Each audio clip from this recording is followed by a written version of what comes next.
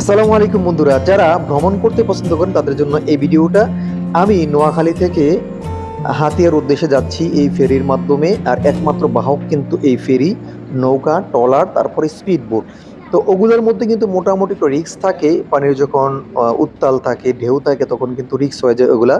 আর এই ফেরির মাধ্যমে কিন্তু আপনি নিরাপদভাবেই কিন্তু ভ্রমণ করতে পারেন। তো আমি ১.৫ ঘন্টা পথ অতিক্রম করে এই ফেরির মাধ্যমে এখন ঘাটে চলে আসছে কাছাকাছি। এখনই কিন্তু এটা ঘাটে ভিড়ে যাবে, এখন যাত্রী নামতে শুরু করবে। তো আপনারা যদি ভ্রমণ করতে চান, আমার সাথে যোগাযোগ করতে পারেন। আমি আপনাকে ছোট্টভাবে সুন্দরভাবে গাইডলাইন দেওয়ার চেষ্টা করব। ভ্রমণ পথ সত্যিই অসাধারণ।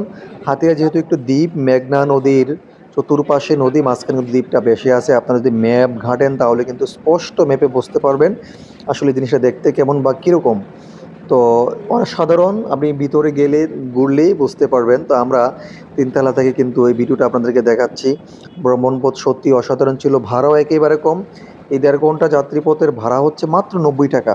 আপনি যদি মোটরসাইকেল নিয়ে আসেন, মোটরসাইকেলের ভাড়া ১০০ টাকা, বা অন্যান্য গাড়ি, প্রাইভেট কার, মাইক্রো নিয়ে আসতে পারবেন, কোনো সমস্যা নাই।